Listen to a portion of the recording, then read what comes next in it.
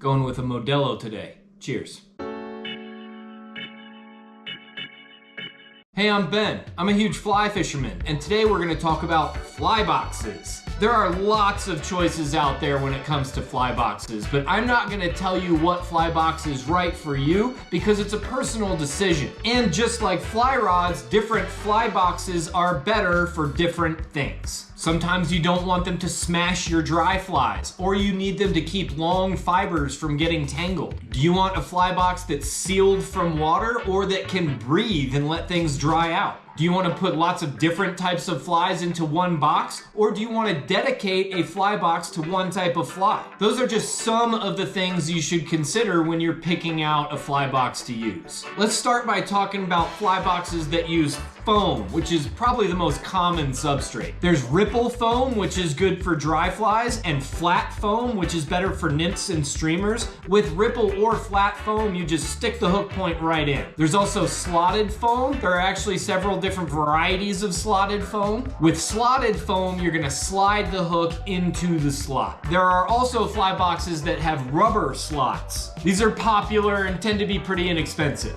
There are also what I call skinny fly boxes. Let's look at a couple of those. This is a great nymph box. It's skinny and it just has flat foam. It's from Flambeau. I've had that one a long time. This is a skinny fly box I've been using for nymphs. It's from CNF Designs. It's got compartments and the whole thing's magnetic. I had this sitting in a drawer for about 10 years and I just broke it out like 2 weeks ago and I'm liking it. There's also what I like to call Wheatley style fly boxes, even though lots of people make them. They generally look like this. They could be wood or metal. Inside you could have a few different things. This has flat foam. You could also have ripple foam, but there's also compartments with spring-loaded doors. This is great for dry flies. You can keep your dry flies organized and they're not gonna get crushed. You might find a box with compartments on both sides, or there's several ways it could be laid out. Another type of fly box we can talk about are like the plastic organizer boxes. These are cheap, readily available at craft stores or even hardware stores. They've got different compartments inside, and on a lot of them you can move the dividers around and put them where you want them to be. I use this style for bass flies, also good for like big nymphs, like a box of turds. You could probably use it for streamers or big dries, like a whole bunch of chubbies and hoppers and stuff like that. But there's different kinds, This style has longer compartments and I use this for streamers. They get a little tangly, but it's not too bad. There's also these real little compartment boxes, great for just throwing in your pocket for a small stream. You might also run into some fly boxes that have metal clips or plastic clips. In my opinion, stay away from those. They don't seem to work real well. Let's talk about big fly boxes, like a streamer box or a big box of saltwater patterns for your boat, something like that. This is a classic, Cliff's Bugger Barn or whatever it's called. I'm kind of scared to open this one up. I think it's pretty nasty inside.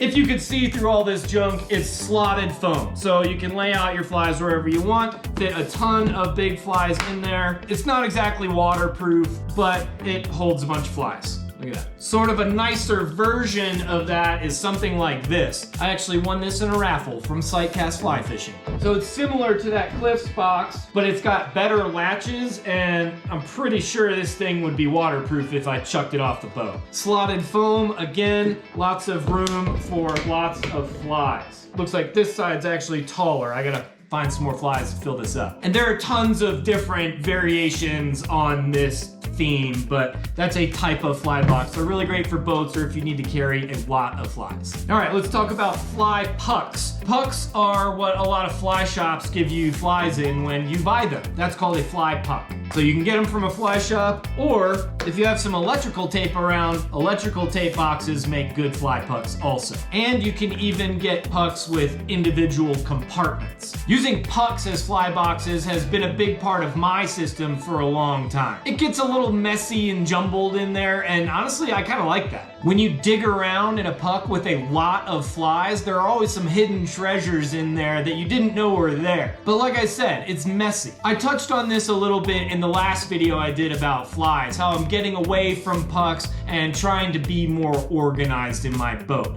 But I know that pucks will always be a part of my system. They're just too convenient. So as you've seen so far, there are lots of different options for how you want to store your flies when you're fishing. You've got foam, compartments, attachments, magnets, whatever. That's just some of what's available. Look around, shop around, and see what's gonna work best for you. And besides boxes, there are other ways to store your flies as well. Maybe you've seen a fly wallet before. These are pretty old school, no one really uses them anymore, but it's a thing. And Fish Pond used to make something called the sushi roll. I think this is cool. I wish I could get something like this, but they don't make it anymore. The point is, anything can be a fly box, and you can even make your own. It can be as simple as a plastic bag for your musky flies, an Altoids tin or something like that. Look, that one's full of McMurray ants. That's a cool one. You could use anything. Look, here's one of those little wooden jewelry box things. I used to use that for flies. Even these bigger fly boxes are pretty easy to make. I made this one. It's just a box from the craft store and some foam and some glue. Don't take my advice on what kind of glue to use though. So if you don't want to pay an arm and a leg for an expensive fly box, you could probably make one pretty easily. And don't forget the stickers. What's something that you've repurposed for a fly box? Go ahead and leave a comment and let us know. And that's gonna wrap it up for this video about fly boxes. I hope you learned a little bit about what's available for you out there and what fly box might be right for you. Thank you as always for watching another one of my huge fly fisherman videos. I'll be back as soon as I can with another video about fly fishing for you.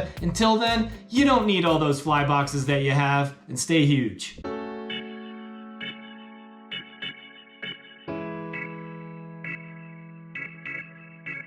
Totally forgot to take a sip of beer that whole time.